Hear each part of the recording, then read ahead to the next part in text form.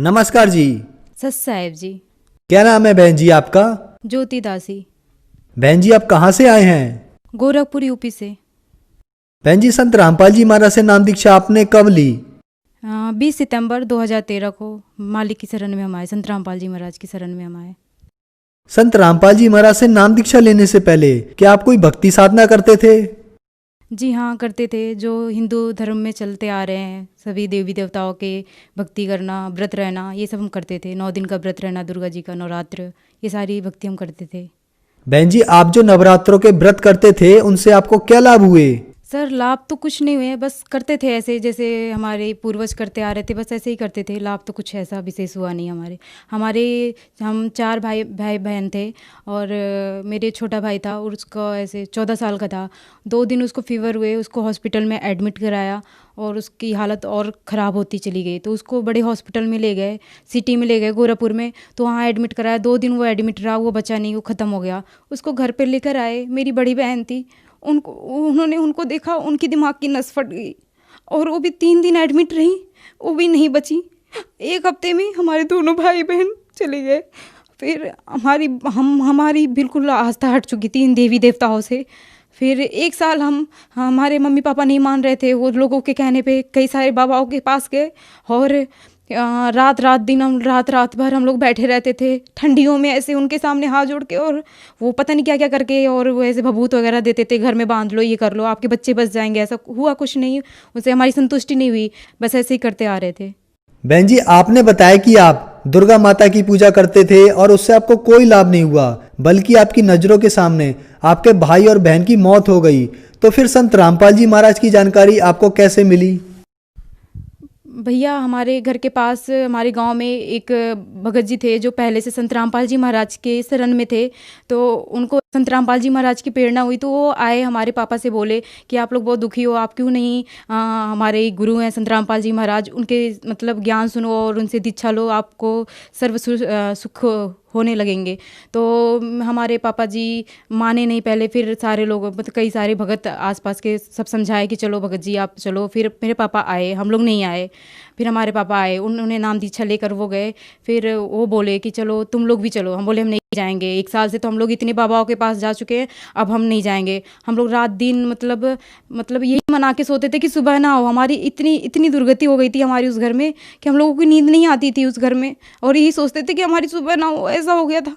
और आसपास के लोग भी हम लोगों से नफरत करने लगे थे कि इनके घर में पता नहीं क्यों ऐसी, मतलब ऐसा कुछ हो गया और पता नहीं क्या इनके घर में होता है। फिर हमारे पापा ने बोला कि संत रामपाल जी महाराज की आश्रम में चलो, और देखो मैं भी तो वहाँ से ही नाम लेकर आया हूँ, मैं भी तो जीने लगा, मैं कितनी बाबाओं के पास जा रहा था, कुछ हुआ वहाँ से, तुम भी चलो संत रामपाल जी महाराज की आश्रम में। तो फिर पापा के काफ़ी कहने से फिर हम ऐसे ही आए, ये सोच के चलो घूमने चलते हैं, नाम लेने की इच्छा से नहीं आए थे हम।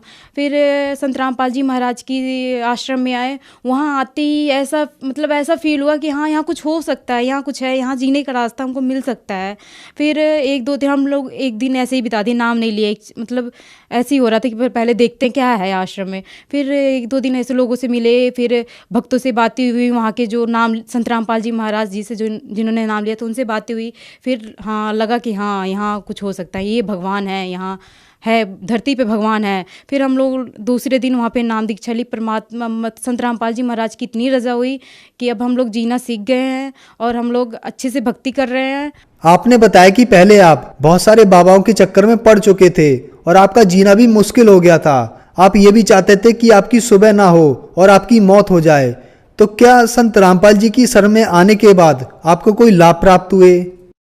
भैया पहला तो लाभ यही है कि संत रामपाल जी महाराज की शरण में आने से हम लोगों की ज़िंदगी मिल गई। मतलब 4 हम लोग बचे हैं, 2 भाई, एक भाई है मेरा बड़ा और मैं मम्मी पापा, 4 लोगों की ज़िंदगी बच गई जो कि हम लोग जीना नहीं चाह रहे थे। सबसे बड़ा लाभ तो ये है। दूसरा लाभ ये है कि मेरी शादी हुई, मेरे हस्बैंड हैं और मेरी शादी हुई, मैं प्रेग्नेंट हो गई और 9 महीने मुझे बहुत उल्टियाँ लगी, बहुत उल्टियाँ। और जब मैं हॉस्पिटल में जाती थी डॉक्टर ये बोलते थे बच्चा बहुत वीक है, बच्चा बहुत वीक है और तू ये खाया कर वो खाया कर, और नॉन वेज वगैरह। तो हम नॉन वेज हम ये सब नहीं खाते हैं। फिर जब मेरा डेट आ गया, मैं 9 महीने मतलब मेरा डेट था, मैं उस दिन भी चेकअप कराने के ऊपर बच्चा बहुत वीक है और पता नहीं क्या होगा। तो मैं संत रामपाल जी महाराज की प्रार्थना लगाई, मैं भगवान आप दया करो मतलब बच्चा बहुत वीक है, पर संत रामपाल जी महाराज बोले तुम भक्ति करो, भगवान दया करेंगे।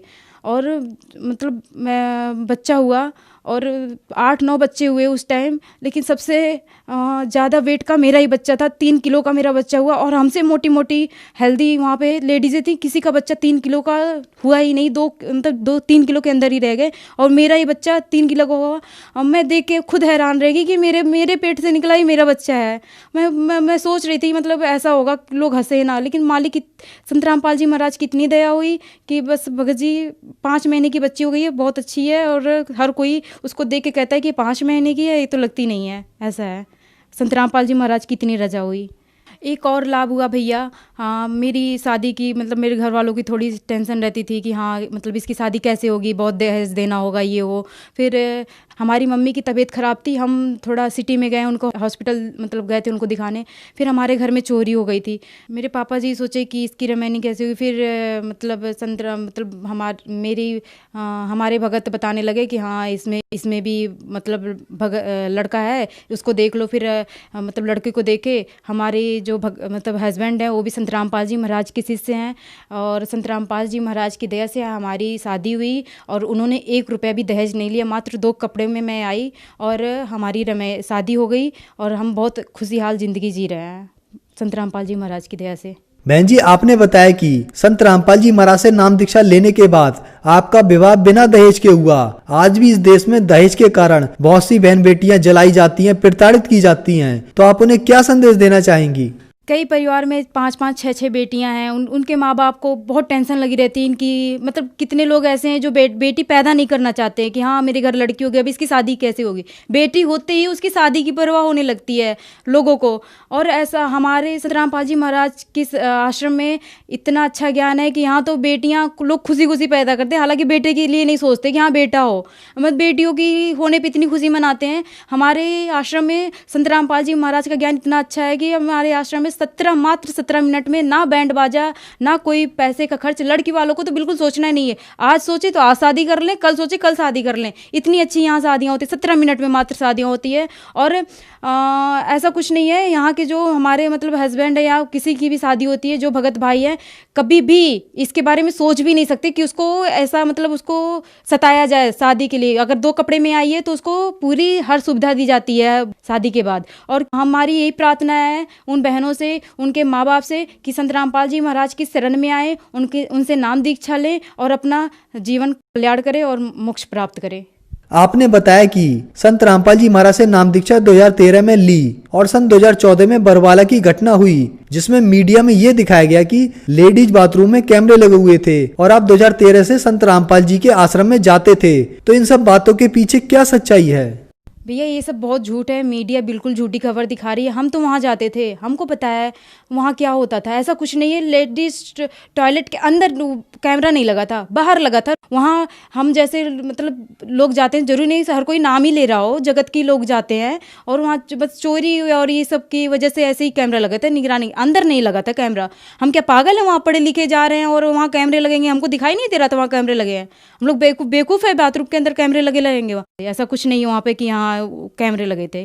बहन जी, जो श्रद्धालु आज आपको देख रहे हैं, आप उन्हें क्या संदेश देना चाहेंगी?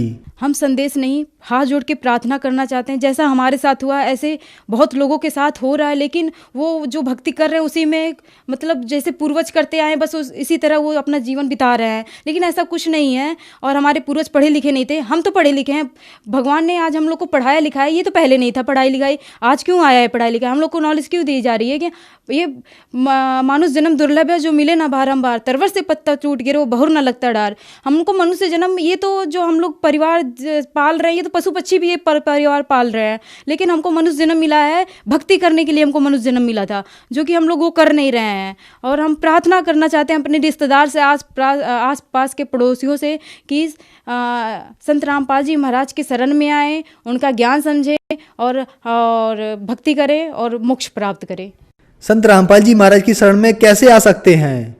कई चैनलों पे संत रामपाल जी महाराज का सत्संग आता है। उस सत्संग के नीचे एक पीली पट्टी चलती है, उस पे नंबर दिया जाता है। उस नंबर पे फ़ोन करके आसपास के नामदान केंद्रों पे संपर्क करके वहाँ पे जाके नाम दीक्षा ली जा सकती है। धन्यवाद जी। सत साहेब जी।